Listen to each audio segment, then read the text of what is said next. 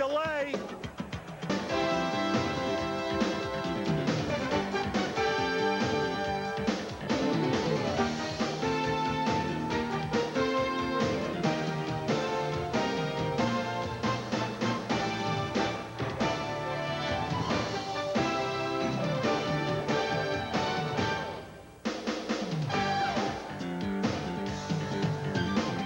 I'm Greg Gumbel, along with Terry Bradshaw, and we welcome you to week number 16, which continues here on the NFL Today. It could be a momentous day for some teams and their long-suffering fans. 7 of the 12 playoff spots have been decided, but 4 out of 6 on the NFC side are still up for grabs. Washington, the NFC East champion, has sewn up the home field advantage throughout the playoffs. They will tune up against the Giants in one of our doubleheader games later today. The Redskins were joined yesterday by the Bears. Richard Dent and the Chicago defense, playing in bare weather, froze out Tampa Bay 27-0 to earn at least a wild card. It feels good, but, you know, we want to go in the right way as the division champs, get the bye, and have somebody come through Chicago. We don't want to go in as the wild card. Now, the Bears have a vested interest in today's Detroit-Green Bay game, and with half an hour to kick off out in cold Lambeau Field, Detroit's Barry Sanders, the NFC's leading rusher, is trying to adjust to the elements. If the Lions get tripped up, Chicago wins the NFC Central Division title. If the Lions win, they're in the playoffs for the first time since 1983. Down in Atlanta, where Chris Miller is warming up to face Seattle, the Falcons could also clinch a playoff berth by day's end. In Philadelphia, journeyman Jeff Kemp becomes the 4th quarterback to start for the Eagles this year. Philadelphia has won 6 straight. Their opponents, the Dallas Cowboys, have won 3 in a row. This is a crucial contest in the NFC wildcard race. Now, here's how the NFC playoff picture looks. Chicago, with a tiebreaker edge over Detroit, has the inside track on the NFC Central Division crown. 4 teams are tied at 9 and 5. 2 of them, the Eagles and the Cowboys, meet head-on in Philadelphia today. And let's go live to Veterans Stadium, where Leslie Visser is standing by with the latest. Hello, Leslie. Hello, Greg. Think warm thoughts. It's 10 degrees here with the wind chill. The winds could be gusting up to 30 miles an hour, which could be a problem for both the passing and the kicking games. As for the quarterbacks, Jim McMahon is dressed today in street clothes. He's nursing those barbecued ribs. I asked him how he felt, and he said, it only hurts when I breathe. Well, that could be a problem. He'll be replaced by Jeff Kemp, who's making his first start for the Eagles. As for the Cowboys, Troy Aikman's right knee is 75%, but he'll only be used in an emergency. He'll be replaced, of course, by Steve Berline, who's led the team to 3 straight wins. That's it from here, Greg, where it's kind of a hot matchup on a chilly day. All right, Leslie, thanks very much. You are the Dallas offense. What are you doing against that #1 Philadelphia Eagles defense? I talked to the offensive coordinator of the Cowboys, Norv Turner. He said it's the hardest game he's ever had to prepare for because he cannot find weaknesses, and he's got to find a way to protect his quarterback.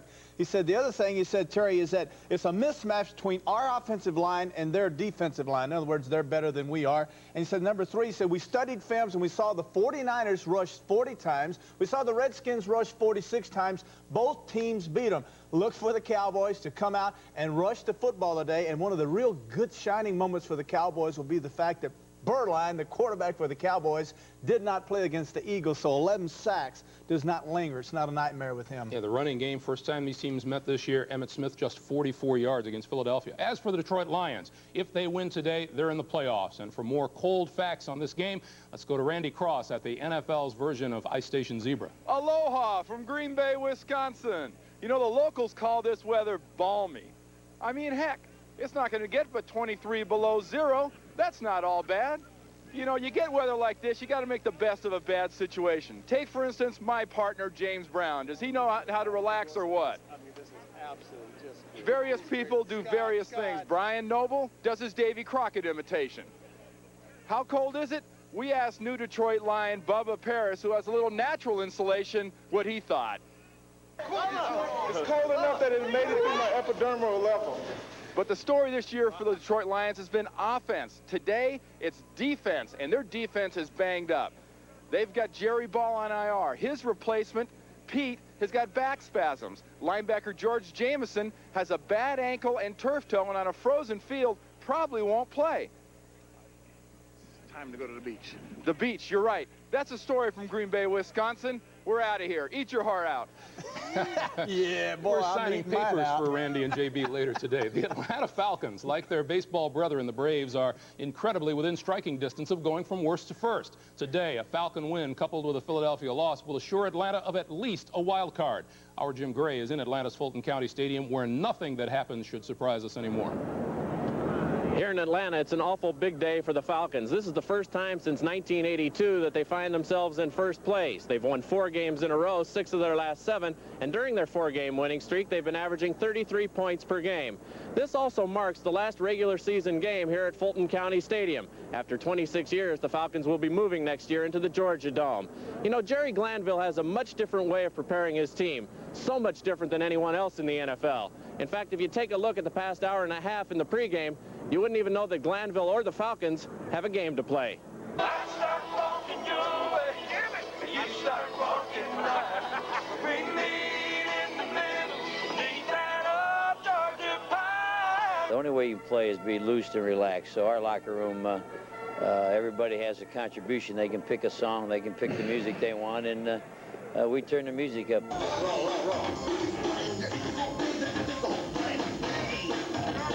We're having fun. We'll have fun today. Our team will play hard. Our team's always prepared, and they always spill their guts. That's all we ask. The Falcons certainly do know how to have a lot of fun, but they've never beaten the Seahawks. Seahawks are 4-0, and today Kelly Stouffer will get his first start, replacing David Craig. That's the story from here in Atlanta. All right, Jim, thank you. Now, over in the AFC, 5 of the 6 playoff berths are already accounted for.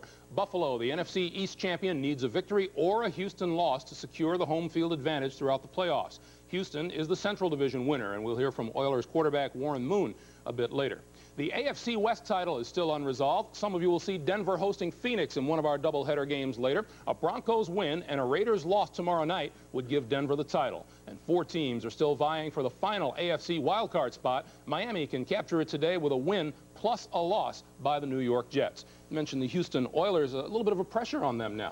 I think so. I look at that AFC, Greg, and I see Buffalo, Denver, and Houston as the 3 top teams. I really see Houston as the best overall team. You have to look at 27th ranking of the Buffalo Bills. That knocks them down, in my opinion. They have to win on the road, and they're going to have to win 2 of the next games, the remaining 2 games, to have a bye at home. They have to play next 2 weeks in bad conditions. If they're going to win and go to the Super Bowl, they're going to have to travel to Buffalo, provided they continue winning. The run and shoot has to prove it can play in bad, cold conditions. Cleveland, not a better, what a better place to go and find out. Yeah, you go. I'd rather no, I think I'll let you Next up, we'll head back to Philadelphia, where Leslie has the story of the defense that never rests when the NFL Today continues live from New York here on CBS.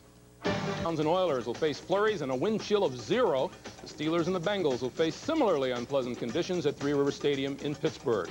And from there, we head east across the Keystone State to Philadelphia, where Leslie has a look at a band of players who form an offensive coordinator's worst nightmare. Leslie?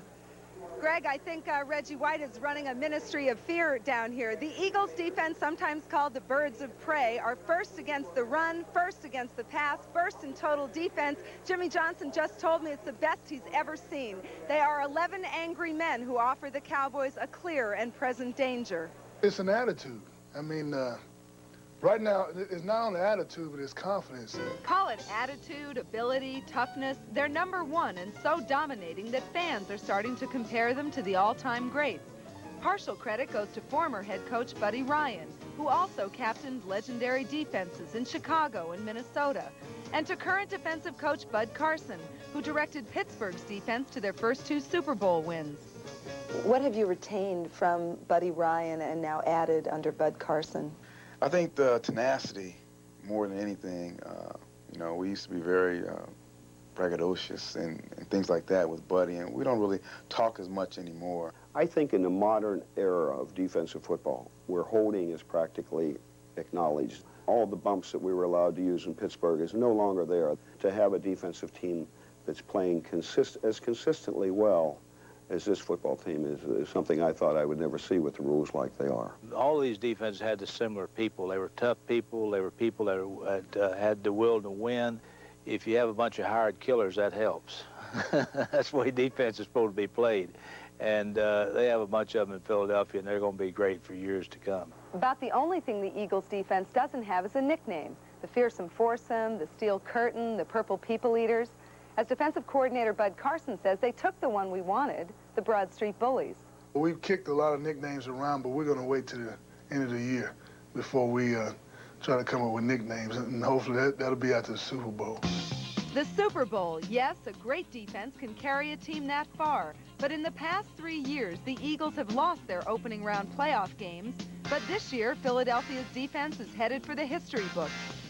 Consider the following: a combination of the number of points the Eagles have given up, plus the net rushing and passing yards allowed, yields a total number of 232.1, which is better than some of the hallmark defenses of old, better than the old Purple People Eaters, the Bears, the Doomsday Defense of Dallas, and the fearsome foursome.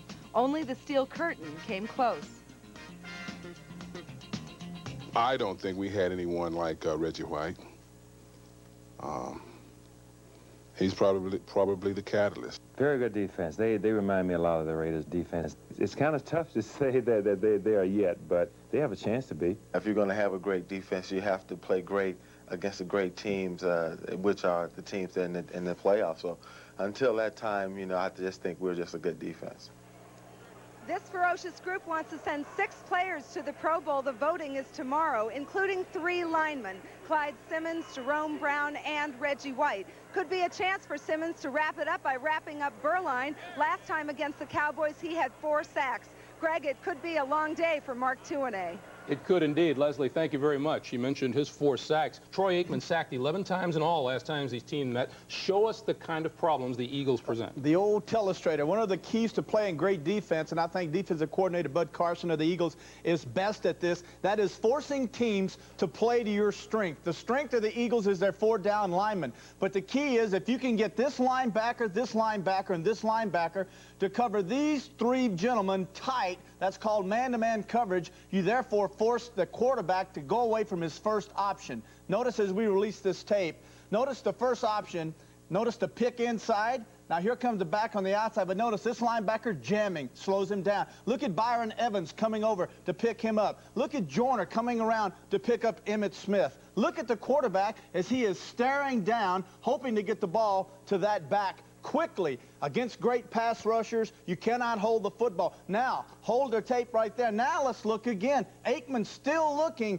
Please, somebody come open. This rush is going to get to me. Again, look at Aikman going around, and notice that this man and this man is covered, but he has good pass protection. Then all of a sudden, the coverage forces Aikman to hold the ball too long. That is called a coverage sack. Therefore, if you're a passing offensive team, you always look short first. With playing man-to-man coverage, Greg, the linebackers playing them tight. That takes the short one away, forces the quarterback to go deep, deeper routes, take longer time, plays into the hands of the defensive line of the Eagles. Bottom line is the offensive line can do its job well and still defeat it. Bottom line, don't play the Eagles and have them on your schedule. When we come back, Terry talks shop with Houston quarterback Warren Moon as we continue here on the NFL Today. The American Oilers clinched their first AFC Central Division title, and now they're looking for a first-round playoff bye. This week, Terry visited with Warren Moon, and their conversation covered the range of emotions that he's experienced this season. Warren, what impact did winning the AFC Central have on this Houston Oilers franchise? Well, we're very proud of it because we've made a little bit of history. We're the first team that's ever done it, and there was a lot of times during the late 70s when this team finished second to your team and played your team a few times in the AFC Championship, but was never able to win the AFC Championship because of the Pittsburgh Steelers great teams and so on. So we finally reached that milestone. Yeah, and who'd you do it against? Against Pittsburgh. Are you disappointed because you've thrown 20 interceptions as well as 20 touchdown passes? Is that one of the parts where teams are forcing you probably to take something you really don't want to take in this offense? You get tired of that, and as you go on these long drives where we've had a lot of 10-plus play drives, there's a lot of room for error, and when you have drives that long, every now and then you have to have a drive where you have 1 or 2 plays and you're out with a touchdown. So when you go in 15 plays on a drive, a lot of bad things can happen, fumbles, interceptions, penalties, whatever. And that's what's happened to us a little bit this year. Warren, you said Monday that there were racial problems in the Houston area about fans and the way they viewed you. Could you kind of just clarify that now? Well, I feel great because of the support that I've gotten from the fans here in Houston. I'm sure that's just a small section of what's going on here, and there was a lot of frustrated people, and they voiced some opinions. And usually when a team doesn't do well, they blame the quarterback or the coach, and I happen to be in that situation. You've accomplished a lot of awards, tons of records.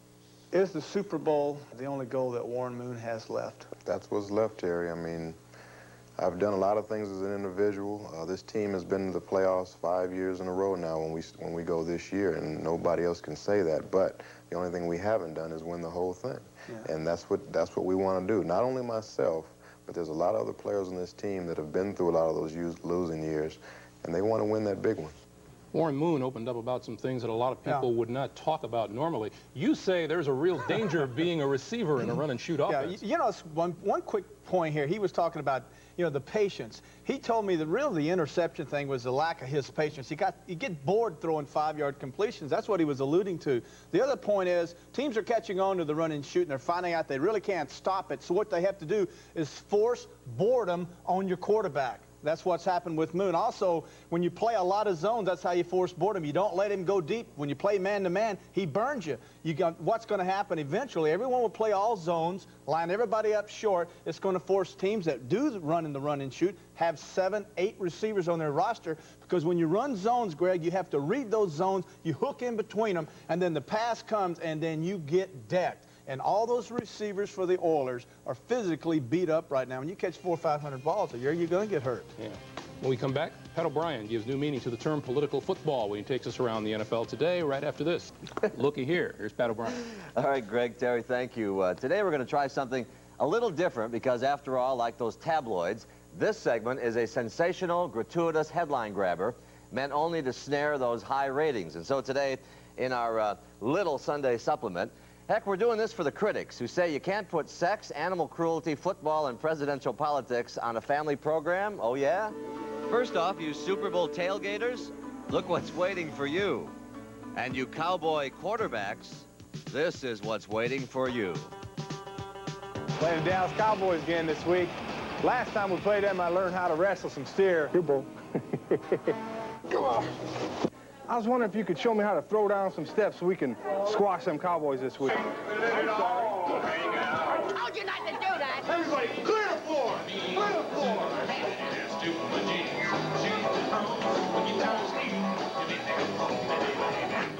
Now I'm ready to two-step through them Cowboys. Damn it, I'm coming for you, son. Our tabloid colleagues still think this was the wedding of the century. Wanna bet? You ready for some football? But the question is, how compatible are these loving Giants and Eagles fans? Here is what's going to happen, sexually speaking. Let's suppose her team wins. They're going to have terrific good sex. Intercepted. Intercepted. Oh, yes! Yes! Awesome! I wonder if they stay tuned for 60 minutes after the game. By the way, here's a presidential story 60 Minutes has fumbled. Who will run against George Bush? Well, a grassroots movement, no artificial turf please, is exploding on behalf of our own John Madden. And you thought Reagan was the great communicator. We wondered what might happen if, for once, the people got their way. For starters, Air Force One will be grounded, and John Sununu would have had to take the bus. I don't think anybody's been around and done as many miles as John Madden has in that cruiser of his, and I think he's got a good feel for what the people of America need right now. Did you vote for him? Absolutely. People would line up on Sundays to watch football from the South Lawn. No, he has the appeal, and that's what scares me. You know, we'll have everybody walk around going, bing, bam, boom. You can't have that in the White House. Oh, yes, we can, and let's make that perfectly clear. Well, I think he'd make a great candidate for president. I've often said that there's only one thing worse than being wrong for a candidate, and that is to be dull. And John Madden is never dull. A candidate today has to be good on TV, and Madden is gangbusters on TV.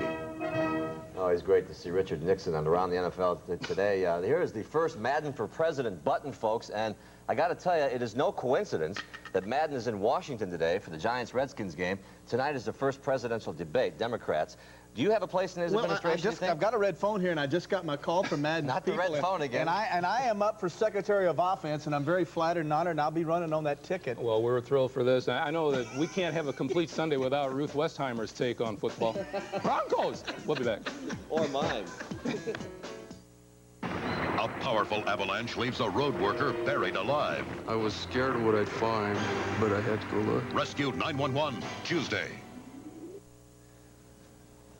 Greg, Terry, and Pat back for the last word. We've been saying it all day. Dallas at Philadelphia. Cowboys have to run the football. They have to run the football. If you can have a healthy quarterback running, that'd be nice. The real key today is traps. Traps against the 4-3 team. Detroit is at Green Bay. The Lions can clinch a playoff spot with a win. And the Rams are at Minnesota. A loss eliminates the Vikings from the playoffs. All of that coming your way next. We'll see you at halftime. Bye-bye. Coming up next from Veterans Stadium in Philadelphia, where a cold front blew through last night and altered the weather. At kickoff time, it's 37 degrees, a wind chill factor of 9. We'll return after this message from your local station. You're watching the NFL on CBS.